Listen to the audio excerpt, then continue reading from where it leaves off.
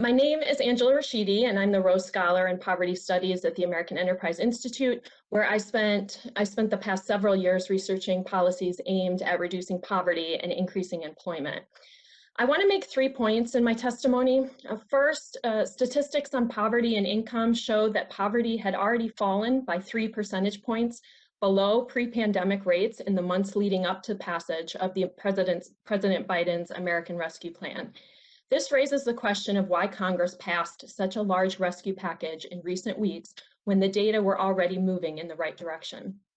This is especially concerning because, to my second point, the safety net expansions included in the American Rescue Plan undermine the successful anti-poverty policies of the past quarter century by discouraging work and increasing the likelihood of single parenthood. The successful policy reforms of the 1990s get too little credit for substantially reducing child poverty in this country. The child poverty rate, when properly measured, declined by half since 1993 because of welfare reform and expansions to the Earned Income Tax Credit, both policies that strongly encourage employment. These declines in poverty were especially large for Black and Hispanic children, narrowing the racial gap in child poverty rates substantially over the past 25 years. In contrast, the American Rescue Plan discourages work and jeopardizes these policy successes. The American Rescue Plan expanded the child tax credit to non-working families, reversing decades of successful welfare policies that condition assistance on employment. Without work, families will spend more time in poverty and face fewer options to becoming self-reliant and moving up the income ladder. Additionally, expanding the child tax credit to non-working families is on top of other program expansions that also discourage work, such as SNAP and generous unemployment insurance.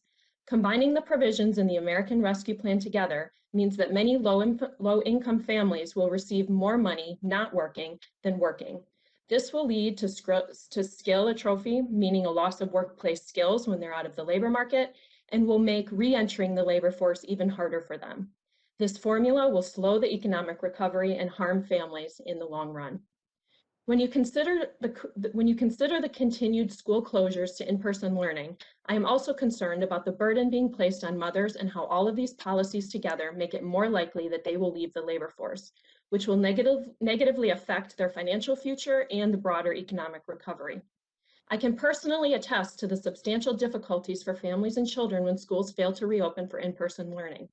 In fact, we moved our family out of the United States so that my 4 children could attend school in person after months of struggling with virtual learning.